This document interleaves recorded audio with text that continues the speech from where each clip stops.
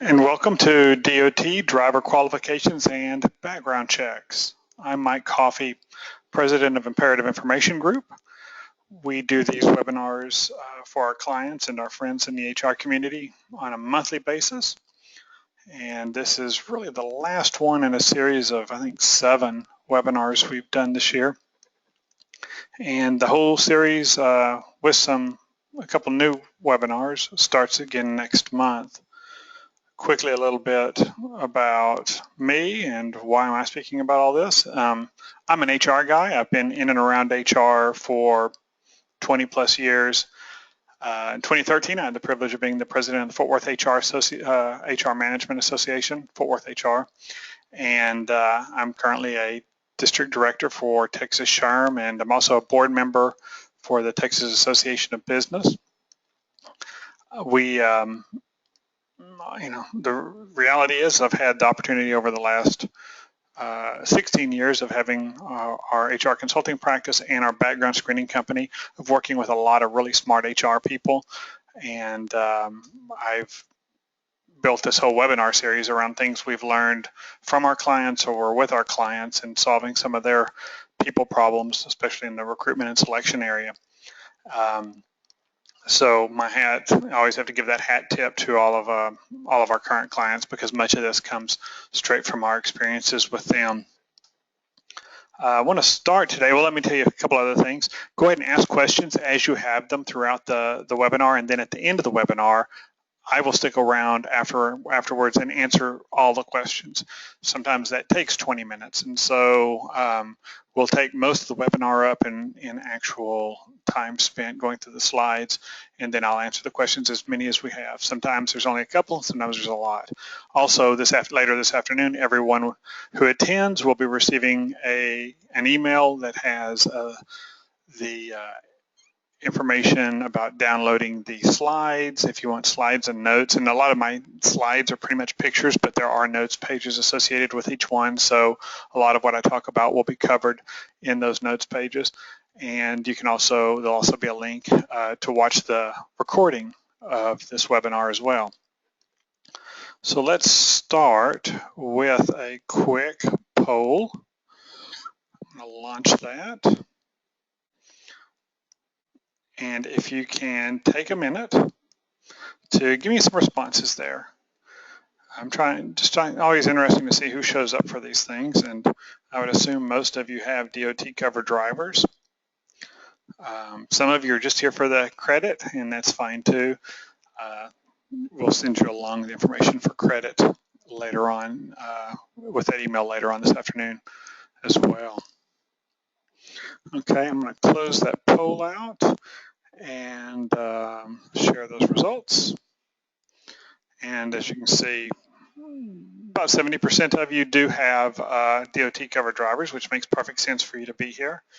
The other 30% are just either really interested in that topic or you need your HRCI or SHRM PDC credits, and so that's fine too. We're glad you're here. So let's close that and go to the next one. Okay, so there's a few things. Well, let me see here. Who currently have, for those 70% of you who actually currently you have DOT drivers, who handles your DOT mandated background checks? Is that HR or who is it? Well, I mean, I had the wrong one. Here we go. Launch that. There we go. So tell me, who does that for you? Is that your HR folks? Is that somebody in risk management or some other organization? So if you can just give me quick feedback on what you're doing there, that's helpful. Just to know as we're talking here. I found that before the economy crashed in 2008, 2009, there were a lot of employers were having all their DOT background checks and even some of their driver qualification files prepared and maintained by somebody in a risk management type group or a safety group. And then after the economy tanked, a lot of employers combined those responsibilities and either folded those responsibilities into HR with the risk management people who'd been there before, or they simply just told HR, this is your new role and you've got to learn how to do this, which for some of our clients was kind of a shocker. We close this and share those results. So about half of you were have responsibility right now for the DOT background checks, and then it's kind of scattered among the remainder, and about a third of you, it looks like, are outsourcing it to your background screening partner, and you can do part or all of that, and certainly that's why we get involved in it, is because our clients decide to have us do that piece for them. Okay, and so now let's do a little self-assessment on how well you understand the DOT requirements. Just give me some quick feedback there.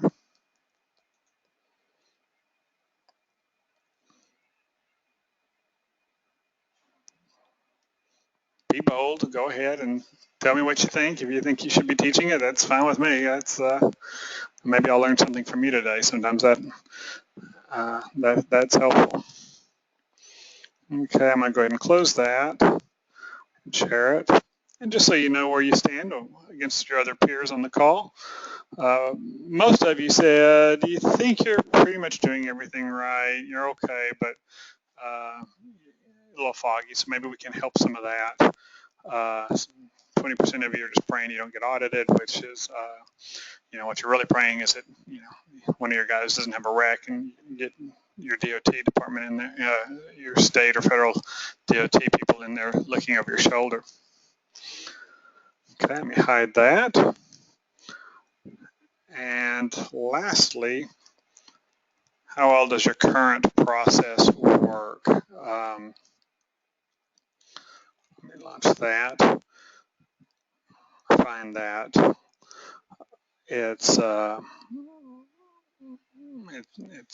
are a lot of employers who, especially when it's HR handling it, that the DOT stuff is a small portion of what they do, but it takes up a lot of their time, and it's kind of a hassle.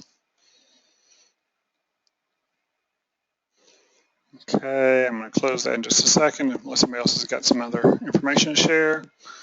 Okay, close it. And so sure enough, about half of you said it's okay, but you wish it went smoothly. And another third of you said, yeah, it's not great and it takes a lot more time than it should. So that's usually what I hear. So let me close that. Okay, now let's get on into the rest of the webinar. Let me talk about first what we're not going to discuss today. There's a variety of things that are involved in, especially in preparation of DQ files and things, other regulations that you need to be aware of if you've got this responsibility, but we're not going to talk about it inside of the scope of what we're talking about today, and that includes the DOT drug screening process, which is really could be a webinar all to itself, or maybe 2 webinars all to itself. Especially when you're dealing with substance abuse providers, rehab programs, all those different options you have as a DOT employer. We're not going to talk about physical requirements, road tests, or maintaining really for the most part the DQ file, as that in itself would cover a lot of these other issues too. But what we are going to talk about are the FMCSRs that affect driver background checks.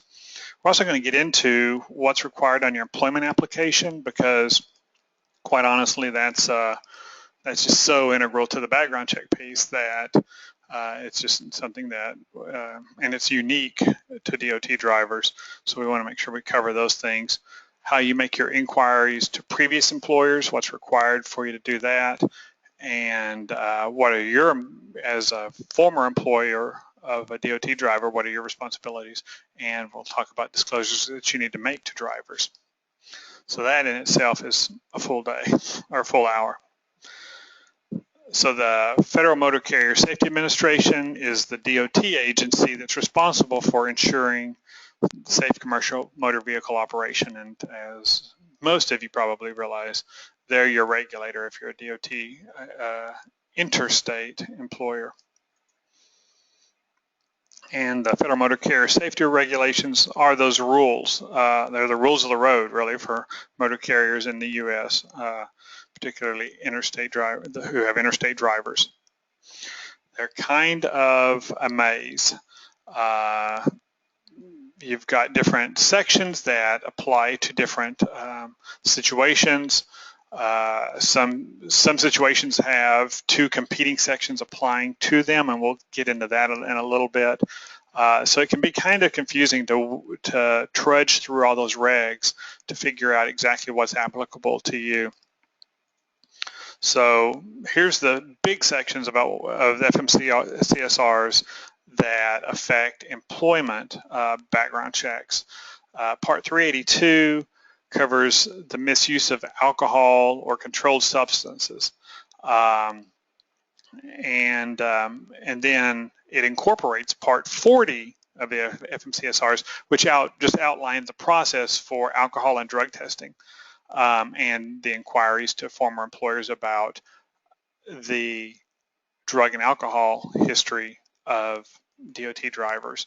So just those two sections can be pretty confusing for some employers, especially since they're written, Part 40 is written differently than any of the other regs because it's written in a question-answer format. And you've really got to, the questions aren't always as specific maybe as you'd like when you're reading through there to figure out, does this apply to me or not? Then there's Part 383 of the FMCSRs, which covers commercial motor vehicle driver licenses, and there's only a small part that we'll reference there that gets into the background check area.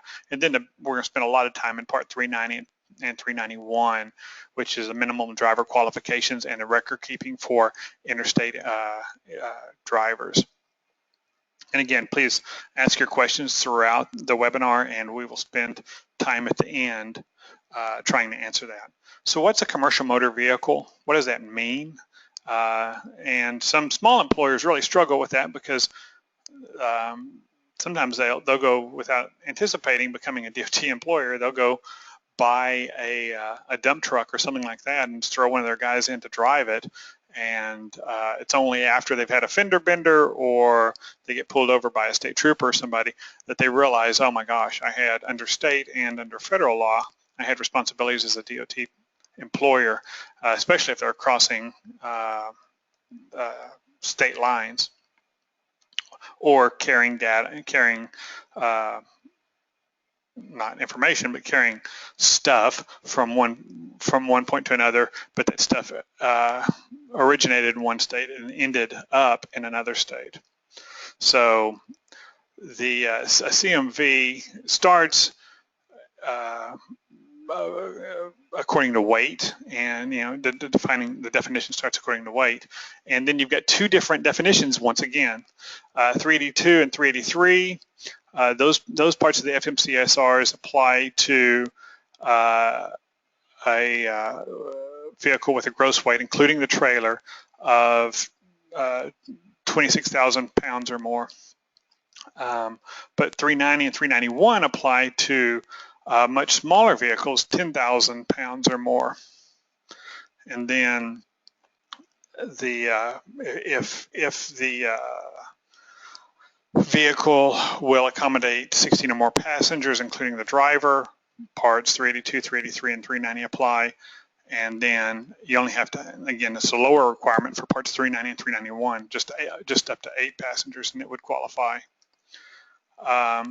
Then if you're doing any placarding for hazardous material, those are laid out in the regs as well. And if you're according to the regs, if you're into hazardous material, they'll tell you if you're covered. And then finally, with this group on the first side in the left column, Part 382, which is the alcohol and drug testing, and by extension, that's Part 40, the how you do your drug testing. Part 383, which covers commercial motor vehicle driver's licenses, and Part 390 and 391 cover record keeping and driver qualification.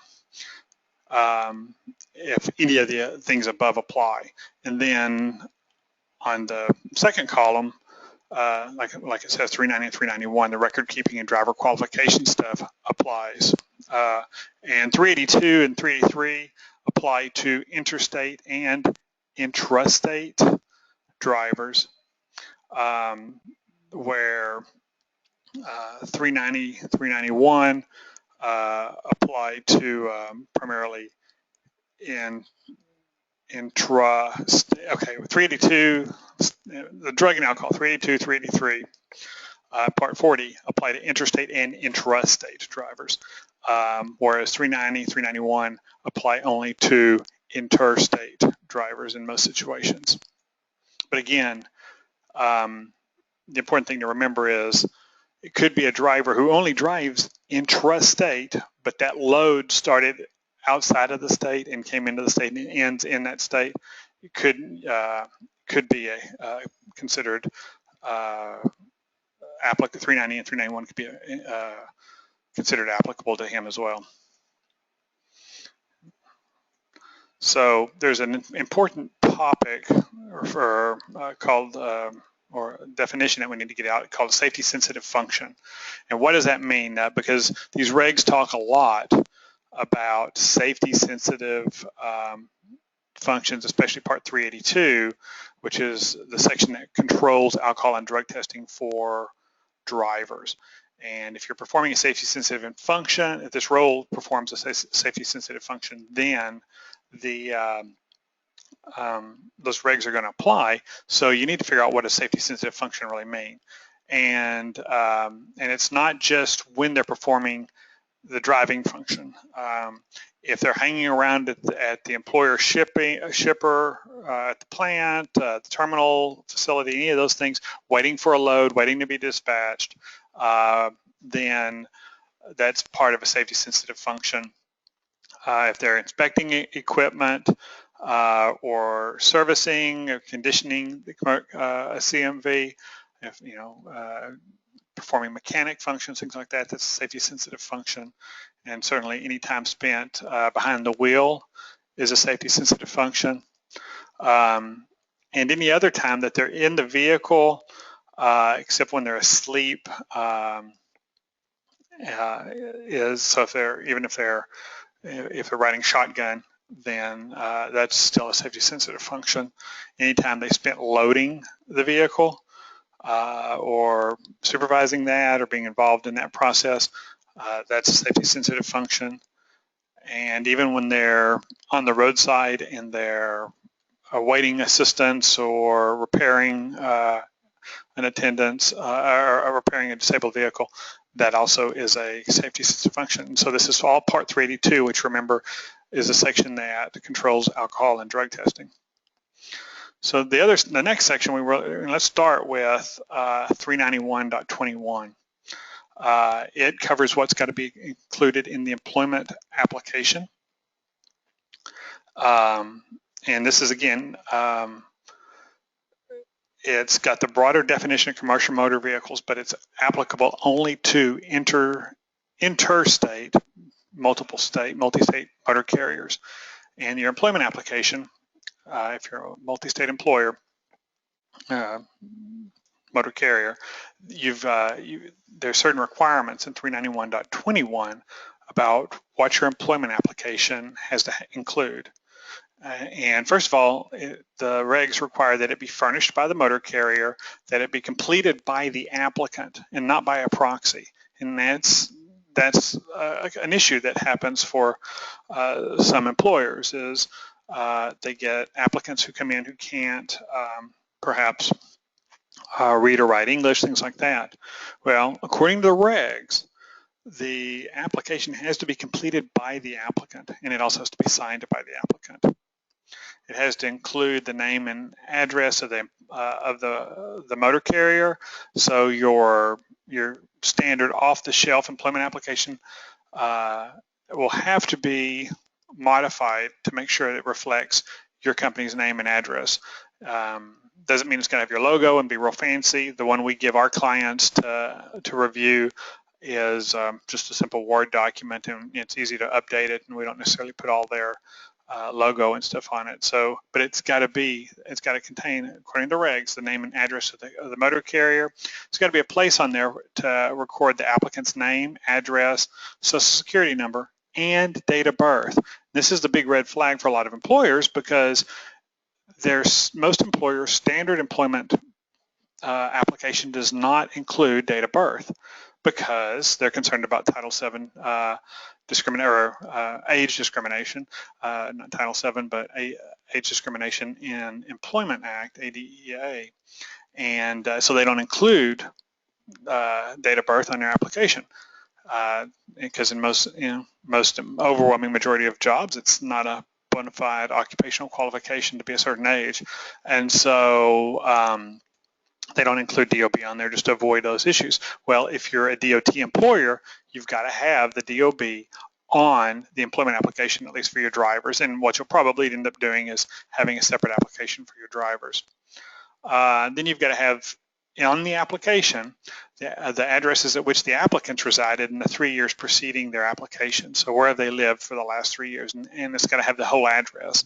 A lot of employment applications that I see only have city and state, because they only want that information for the background check process, and that's all we really typically need for the criminal background check.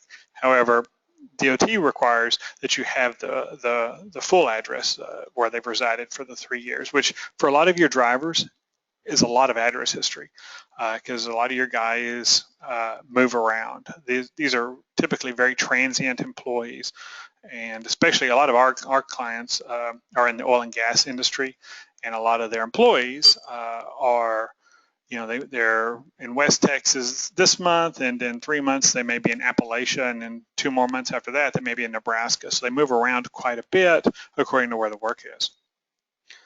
And it's got to have a place for them to indicate the date that the application was submitted. You got to ask them for the driver's license information for each unexpired commercial motor vehicle driver license they have. And you've got to ask them about their experience operating different kinds of equipment. And so typically that's just a checklist with of different kinds of equipment with out to the right, a place for them to indicate what their experience is with each of those. Then they also have to have on the employment application, again, a place where they list their motor vehicle accidents during the last 3 years. So you've got to ask them about their accident history for the last 3 years. And then any other motor vehicle violations that for which they've been convicted or forfeited their bond or collateral or whatever they had up during their prior 3 years. So there's, so we're talking accidents and tickets basically. And then if they've ever had a license denied or suspended or anything like that to operate a commercial motor vehicle, or to operate any motor vehicle, I'm sorry, then they've got to explain that as well, and why and where that happened, or tell you that that they've not had such a denial, revocation, or suspension. And this is exciting stuff, guys. A list of the names. I know this is now interesting. All employers, they've got a list of all employers for the last 3 years. And it's important that they do that. It's only the last 3 years, the dates they were employed by each of those employers, and the reason for leaving the employment.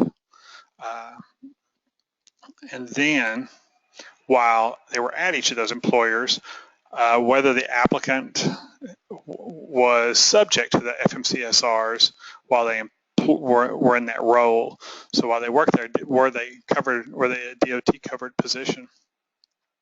And was the job designated as a safety sensitive function while they were there? And which means that Part 40 would have applied to them, and Part 383 and Part 40 would have applied to them. Then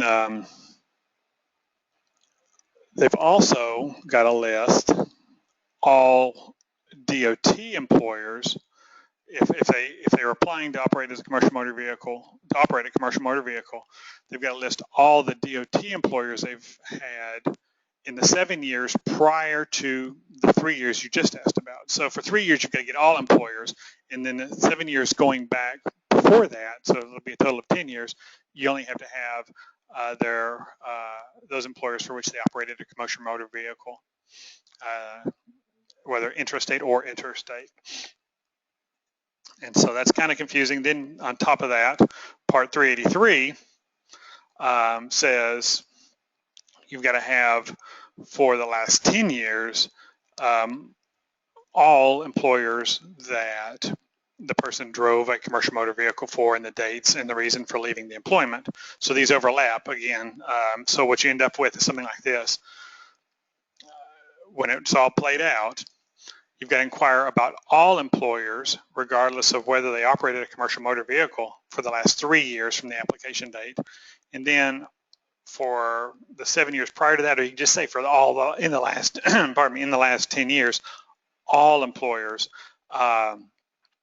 that for which they operated a commercial motor vehicle. And so you got 3 years of all employers, and then 10 years of history. They've got to include all of those commercial motor vehicle drivers. And so just to restate it one more time, 3 years, all employers, 7 years, CMV employers only. Does that make sense? I hope so. And if it doesn't, post down some questions. I'm seeing people already asked a couple questions, and hopefully we can get those answered either throughout the rest of the webinar or at the end. So here's what our employment application in criminal history, employment history inquiry looks like.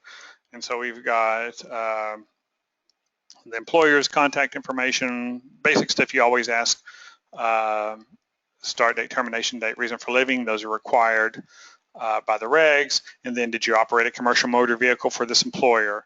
Were you subject to the FMCSRs during this employment? And was the position designated as a safety sensitive function in a DOT regulated mode, subject to alcohol and controlled substance testing requirements as required by 49 CFR Part 40, yes or no? So that way you've got all of those. And we ask that rather than, there's nothing to stop you from asking it for all employers, not just the last 3 years or 10 years. So we just put it on every employer that they list. And so if they list, we ask them to list all employers in the last 10 years, and then we just ask that question. But you need to make sure you are asking about them all the way back to 10 years, at least for commercial motor, for jobs in which they operated a commercial motor vehicle. The employment application also has to have specific language in it regarding this, where the applicant certifies that they completed the application. Again, this is a problem because I know in some employers' lobbies, you'll see somebody walk in with a friend or a family member who completes the application for them. They can't do that really. They can certainly assist them in doing it, but that person really needs to fill out the application, him or herself. And this language has got to be there. This is right out of the regs. It's got to be there right above their signature. And then you've got, as the employer, you've got to make some disclosures to the applicant on the application. And first of all, saying, well, duh, everything you provide to us on the application, we're going to use, and we're going to check your previous employment for the purposes of investigating your safety performance history.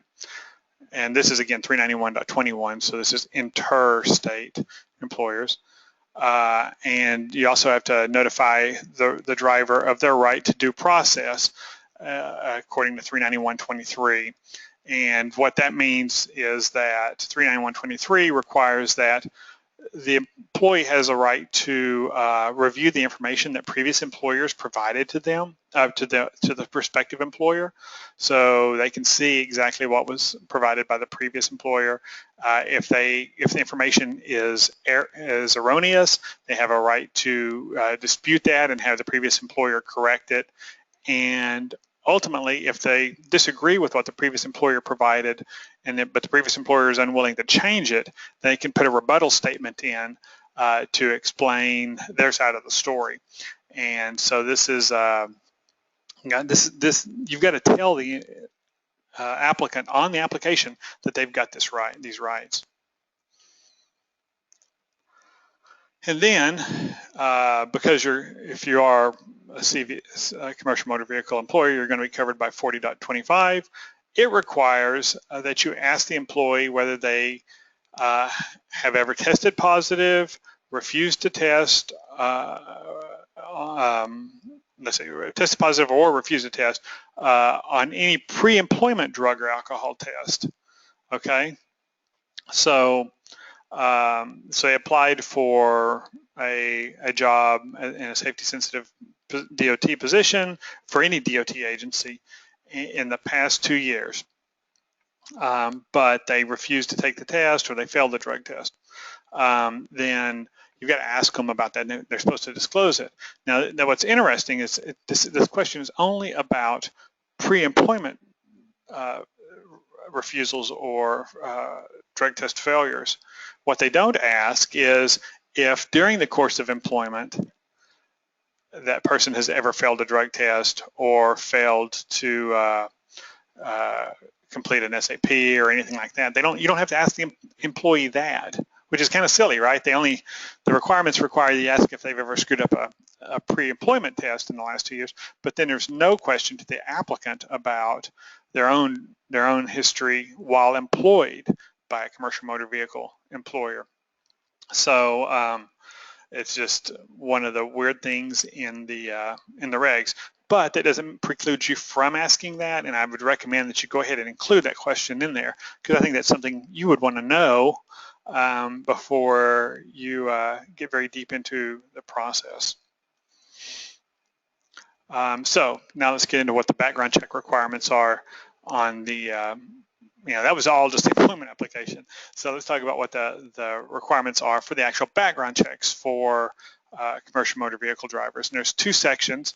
391.23 covers safety performance history, so how they've operated behind the wheel of a vehicle, and then 40.25 is alcohol and drug testing history for safety-sensitive positions. We talked about those earlier.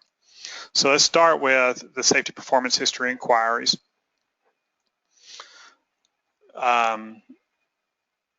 You've got to make these inquiries for each employee that you hire from after 1971, and it starts with an inquiry into the driving record in each state where the person holds a has held a commercial motor vehicle driver's license in the last 3 years.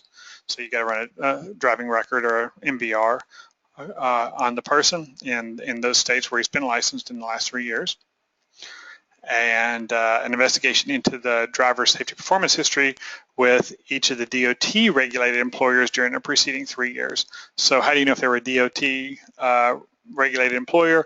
Hopefully the applicant was accurate when he completed the employment application and he told you, yes, this was a position covered by the FMCSRs. In reality, a lot of your drivers have no clue. We get a lot of drivers who said, yes, I operate a commercial motor vehicle and it was a DOT regulated position. But when we contact that employer, they're like, no, he drove a pickup for us. It was a hotshot job.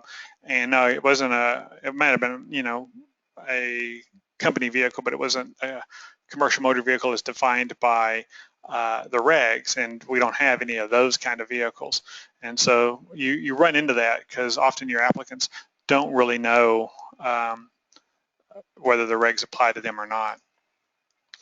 And now, so when you make these inquiries of previous employers, you can do it in person, obviously, but usually it's a telephone interview or a fax. That's the way most employers do that. And they just send the inquiry to the employer, usually by fax, or sometimes some employers will give it to you over the phone. Most of them won't, because they want to see the wet signature.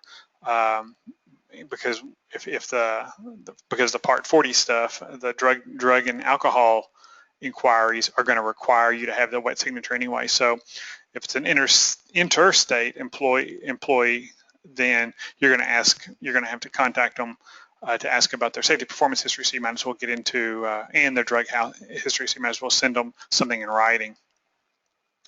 And you've got to keep good records of your efforts to get this information from previous employers, and often you're going to have unresponsive employers, and so you just document how often you've contacted them typically over a 30-day period, and then and your efforts to get that information.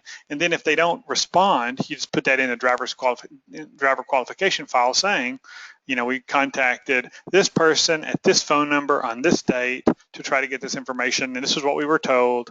And then they said, the only guy who could provide the information was out this week, and we're going to call back on, the 21st, and so we call on the 21st, and we leave another message for him, and then now it's been 30 days, and they haven't responded. If they don't respond, then you have to document that and put it in the driver qualification file, all your efforts to get that information. You also have a responsibility to report failures to respond to the Federal Motor Carrier Safety Administration. So, and this is an area that a lot of employers aren't doing, quite honestly, because I've talked to the DOT offices, and they're always, they say they get very few complaints about non-responsive employers, but we know from our own experience doing this on behalf of our clients, there are a lot of non-responsive employers. So, but you are supposed to report to the DOT all of anybody who's not responsive to your inquiries under the regs. And it's a complaint in the regs of substantial violation. And so basically what you do is, the way we do it is we send the complaints to the regional administrator for the DOT or for FMCSA. There's a regional administrator for each state, and so we figure out what state that employer's in and send it to that regional administrator, because that's who's going to follow up with that employer. And then what you usually do is that by the time it gets through all the bureaucracy and to the right person who's actually going to follow up with that employer at the FMCSA, maybe 2 or 3 weeks or a month or more, and suddenly you'll get a fax from that employer, and they're sending you the information, and they're claiming they never received a response from you usually. And fortunately, you've got all your documentation saying, yeah, I contacted you on this date, and I spoke to this person, and I sent this fax on this date, and the fax went through, and all of that. And that's the regs require you to keep all that, and it's a good thing to have anyway. If the employee or the applicant has never worked for a DOT employer, then you just document that there's no investigation possible, and you can go ahead and just put that in your file. Now, so what do you have to ask those employers about? If they've employed the driver to operate a commercial motor vehicle in the previous 3 years, you've got to ask them the following things. First, ask them to verify the driver's identification and employment verification information. And what does employment verification information mean? The regs don't tell us, and it's kind of an annoying thing, because some employers will verify only title. They won't even tell you verify dates. Some of them can be pretty stubborn about it, which is rare when you're talking to other employers that aren't DOT covered. Title and dates of employment are almost always verified, but we have had some employers who will verify title, but they won't verify anything else. And certainly they're not going to verify, won't verify wage or reason for termination or things like that, even with the signed release from the applicant. But whatever employment verification information you can get, go ahead and ask for it and try to get the verification from that employer. And then basically the information in their accident register for that employee. So any accidents that employee had that are in their accident register, or if they've got other accident reports that have been held because of the requirements by their insurance company or some other state or government entities requirements, they got to share that too. So basically, if they've got any accident information they have on this applicant, they've got to share that with you if it's in the last 3 years. And a lot of them don't understand that responsibility either, and it can be challenging to get it.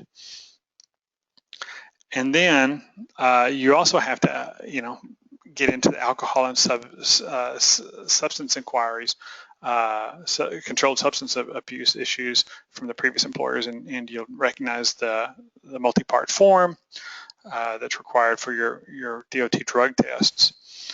So getting into that, in addition to asking about their safety performance history, you've got to talk to, under 391.23, all employers in the last 3 years where the person was in a safety sensitive function that required alcohol and controlled substance testing. You've got to ask specific questions of those people. And first, whether in those previous 3 years they had ever violated the alcohol and controlled substances prohibitions, then whether they failed to undertake or complete a rehab program that was prescribed by a substance abuse professional, an SAP. Now, the regs allow you as the employer, if they fail a drug or alcohol test, just to terminate them and after you follow the process. So some employers won't even know that whether they finished the rehab or SAP process because they weren't their employee anymore. Then you've got to go back to that driver and say, look, you failed a drug test at this employer within the last 3 years. We need to see the rehab paperwork that you've got documenting that you completed it. And then they're gonna have to go either find it or go get it from the SAP that they were dealing with. And if they did complete, you've got to, now this is a really convoluted question. If they did complete a rehab referral and stayed in the employment of that employer, you've got to ask another question about, if they had any subsequent violations with regard to alcohol or drug testing, or they refused to be tested. So, and that's a really confusing question. Any way you word it, it's a really confusing question for the previous employer. And you've also got it, when you ask them for this though, for their drug and alcohol history, you've got to give them a copy of the driver's written consent. And the requirements of that written consent are in 40.321. And we'll get into what specific written consent means. But there's a specific information you've got to ask, or specific consent that the applicant has to give you in order to get this information. Then you have to share it with that prospective employer. So under going back now to 40.25, which is the procedures for drug and alcohol testing and inquiries, it requires that when you provide these, you make this inquiry to these employers about the drug and alcohol information, there are specific things this written consent has to include. And so a specific written consent means that it's a statement that's signed by the employee that they agree to the release of a particular piece of information to a particularly explicitly identified person or organization at a particular time. So what it means is it's got to basically say, I authorize my former employer to release my drug and alcohol substance abuse history to XYZ trucking company, or XYZ oil and gas company, or whatever the name of the prospective employer is. And it can't be a blanket release that says I authorize my former employer to release information to anybody who's in this group, whether they're all part of a consortium or, to this particular, general TPA. You can give it to anybody who's a member of this group or anything like that. That won't work. It's got to be specifically named who's going to receive the information. So what that means, if you're using your background screening company, like Imperative, to do the background check for you and to make these inquiries on your behalf, then what that requires is that your release say that they authorize the former employer to release that information to Imperative Information Group on behalf of your company name. And so, because the previous employers can't release that information to me unless the applicant has specifically said, authorize them to do it, or to me, to the background screening company, unless the applicant specifically said to do it. And then, at the same time, in order for the background screening company to be able to share it to the prospective employer, it's got to be on behalf of that prospective employer. So you need to make sure, if you're if you're having your background screening company do this for you, you want to make sure that you look at whether that your language is right on those releases. And so what do you have to ask them about? If they've employed that person in a safety sensitive duty during the prior 2 years, you got to ask them about alcohol test failures, drug test failures, and refusals to be tested. Now this is 2 years. And remember, this is under 40.25, but 390.21 required a 3-year look back period. So really, by doing the 3-year look back period, you're covering the 40.25 2-year requirement. And then you've also got to ask them about any other violations of DOT regulations, drug and alcohol regulations, and whether, again, if they failed a drug test or refused to take a test or whatever, you've got to ask if, for documentation of their successful completion of their return to duty requirements. And so you got to get information about whether they completed the rehab programs. Now this is really interesting, because if you're only asking under 40.25 for a 2-year look back period, so say that employee worked for that employer in the last 2 years, and you're only asking for drug tests and things like that in the last, let me jump back here, in the last 2 years, so you're only going to get 2 years history under 40.25 or 3 years history under 391. But say he worked there for 5 or 6 years, and they did the same inquiries for the other previous employers prior to that, then they've got to also provide any responses from previous employers so these may be results that are 5, 7, 10 years old, that came from previous employers. So whatever information they got when they hired this guy, they've also got to share with you, which is another place where the regs don't quite make a lot of sense, but you just need to know you need to do that. And then ideally, under 40.25, you're going to get all this information before you ever put that employer to work. Of course, you're not going to get it before unless you don't have to put this person to work right away. But our experience with our DOT clients is that y'all need them fast, and you need them on the road.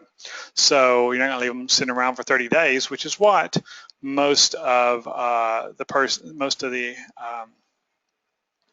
applicants or most of the former employers are doing. They're waiting 30 days to respond, some by policy, which is not really compliant with the FMCSRs, which require that they respond as soon as possible. But a lot of them do wait 30 days because they know it's only after 30 days that they get reported to DOT. And then if you find out that he has violated the regs, you can't put him to work in any safety sensitive function unless you've also documented that he complied with the return to duty requirements of the regulations. He completed his rehab and all of that. So, because it references subpart O, that's the substance abuse professionals and the return to duty process.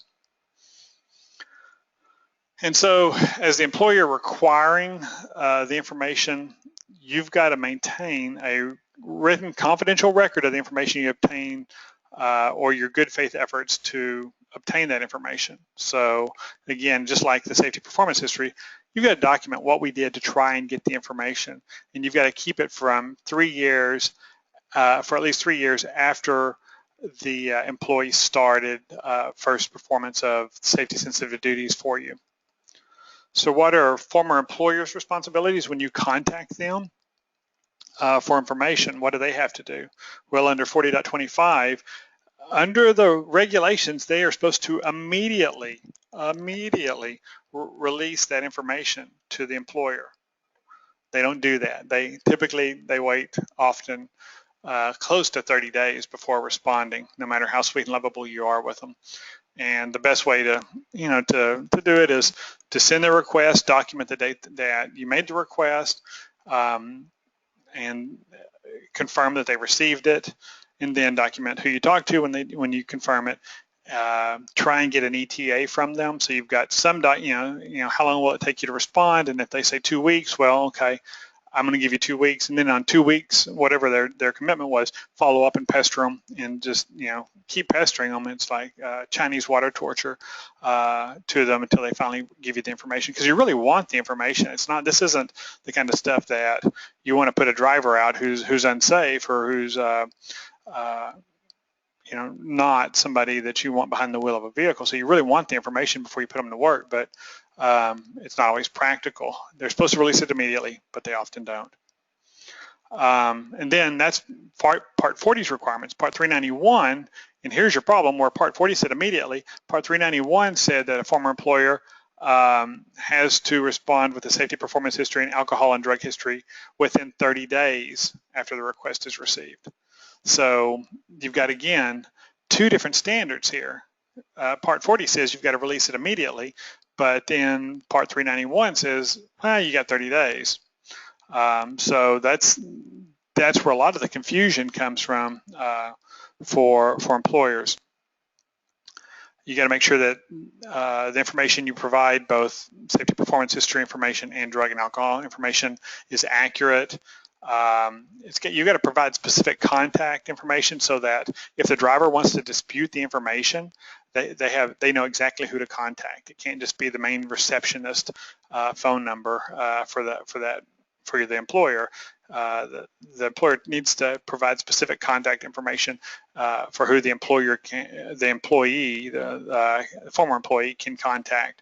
And then they also have to keep a record of the requests and their responses for at least 1 year and all the details surrounding that response. So you know exactly for at least the next year who you provided that information to, what they requested and who you provided it to. You can provide this information in any way that protects the driver's safety performance history records from disclosure to any person not directly involved in forwarding the record. So you don't want to just drop this in the mail to the previous employer, just attention HR, for instance. I mean, if you're going to share it via fax or via mail, it needs to be specific, addressed to a specific person, the person who gave you the inquiry. You need to be able to protect the confidentiality of that former employee. Now, the drivers do have the right to dispute the information that's provided by previous employers. And so if they want to review what a prospective employer received from previous employers, they just have to submit a written request at any time. They can submit it when they are applying or within 30 days after being employed, or whenever you deny them employment. So say it's 45 days later and you finally got a drug and alcohol response from a previous employer, and even though it was late, he finally provided it, and you look at it and you say, oh wow, he didn't complete the the drug and alcohol rehab program, and so we can't have him operating in a safety-sensitive function, so we're going to have to terminate him. And he can ask then to see what that employer provided. And what I would suggest is when you're dealing with him on that issue and you're terminating him, before you even terminate him, you explain to him what happened. I'd go ahead and just give him a copy of what that previous employer said so that he sees it and he knows why you're making the decision. And then but if you do get a written request, you've got to provide it within 5 business days. If the driver thinks that the information that the previous employer provided is incorrect, then they've got the right to dispute the information, like we said earlier, and then the previous employer has to either correct it and provide the updated information back to the prospective motor carrier, or notify the driver that we don't agree, we're not going to change any information. And so the interesting thing about this reg is if they change the information, they only have to provide the information to the previous employer. They don't have to say anything to the driver, okay? Not your best practice, okay? Provide it to the previous employer, certainly, because the regs say to, but at the same time, I would suggest that you want to tell that previous driver, you know what, you're right, our records are, are wrong, and we're correcting them, and we've provided this information to your prospective employer. But if there's nothing, if they just correct it, you could just, there's no need to notify the driver under the regs, but I would go ahead and do it anyway. You just don't want people out there thinking you're working against their best interest. And then if the driver disagrees with the information that the previous employer is providing, then they can provide that rebuttal statement that's included in the driver qualification file and shared with any prospective employers. And that rebuttal goes to that prospective employer and any future prospective employers who make the inquiry. So that's it. We're right on time for finishing the webinar piece. Let me ask you a quick poll. I'm hoping maybe you learned something today, but I like to know that. So let me launch this real quick. And real quickly, if you just tell me what you think, and I'm gonna start looking through some of these questions. And if you have questions, drop them down to the question box, and I will spend some time trying to answer those. Okay, close. Okay, I'm gonna close that, and thank you. It looks like there was something of value for many of you, and at the very least, it was a good refresher. And I hope that it was worth your time. Let me jump right into the question section. Regarding, I'm sorry, let me get up here. Regarding drug tests, they're okay then for marijuana use in legalized states. Okay, yes, definitely. We're talking about federal regulations here, and under federal law, it's still illegal to use marijuana. And actually, I don't believe there are any states right now, even where in Colorado and Washington State and other places that have legalized and some form of use of marijuana, where an employer is, I don't think any of those states prohibit employers from making employment decisions based on the use of illegal substances, including marijuana. As a municipality, we have some drivers that do fall under DOT. Are there any waivers for requirements regarding the employment application and background check as there are to the physical exam requirements for DOT? I think, and I'd have to go research this more closely for specific municipality issues, but I think first responders for a municipality, I think first responders are the only exemption to the drug and alcohol requirements or the other requirements under 390. I'd have to go back and double check that. What you really need to do is get with your background screening partner, ask them, get with your own legal counsel and have somebody really research that. But I believe first responders, which is kind of weird, but ambulance providers, things like that, they don't have to follow these requirements in all respects. But I think most, like if you've just got somebody working on in your parks department and at your city, and they're operating a dump truck, I believe all of this applies to them. We really didn't get into PSP. I should probably add a couple slides into this presentation about PSP. It says we run a PSP detailed report from FMCSA. The details, accidents, crashes, and inspections. Is this okay to do? We do have a release from the applicant.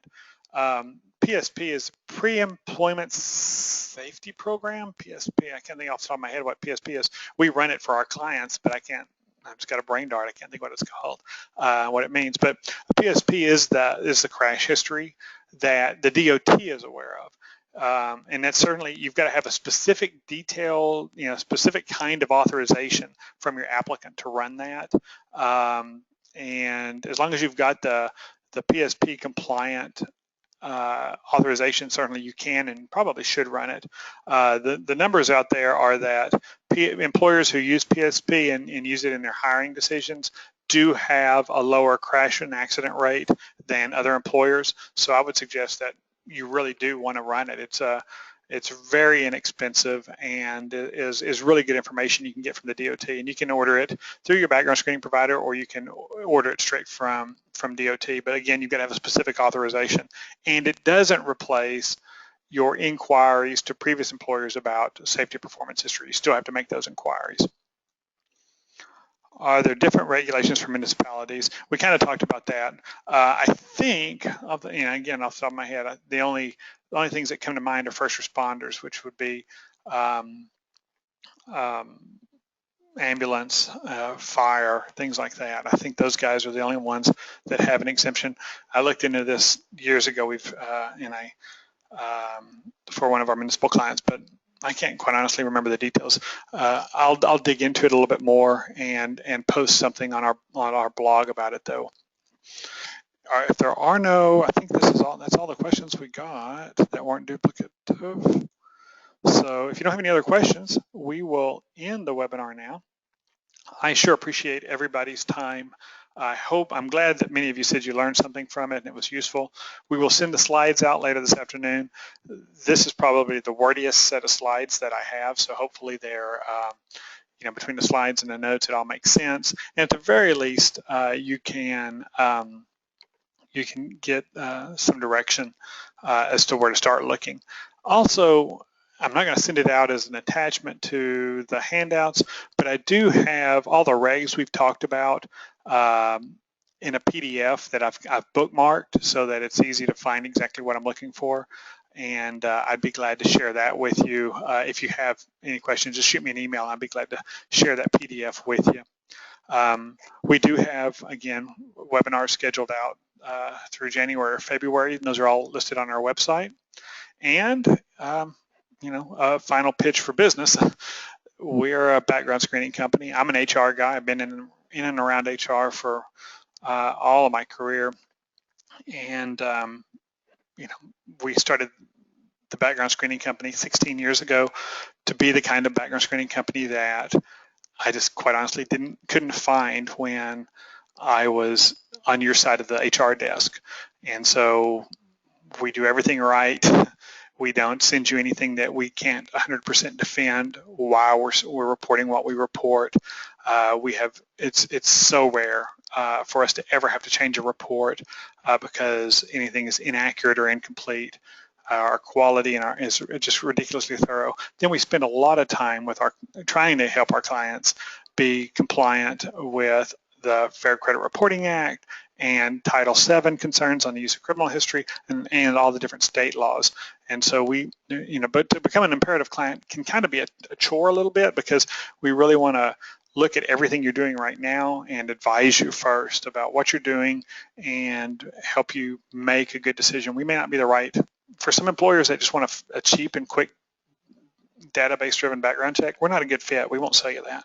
But if you really want it done right, you want it done in a professional manner with amazing customer service. I've just got a great staff out here who just do great work every day and make us proud. That's the kind of company we are. So if you're tired of the commodity background check business and you want it done really well with great customer service, and still we finished everything except our DOT employment inquiries within about 3 business days. And so it's not a long delay, but to do it right, sometimes it's worth an extra few hours to make sure that we are getting our clients exactly what they need and that we can defend it. So contact me if I can be of service there. We're the worst sales organization in the world. We're never going to call and pester you about becoming a client. But if you self-identify as needing help, we'll be glad to help you. So thank you all for hanging around, and we will hope to see you at a future webinar or hear from you some other time in the future. Thanks a lot.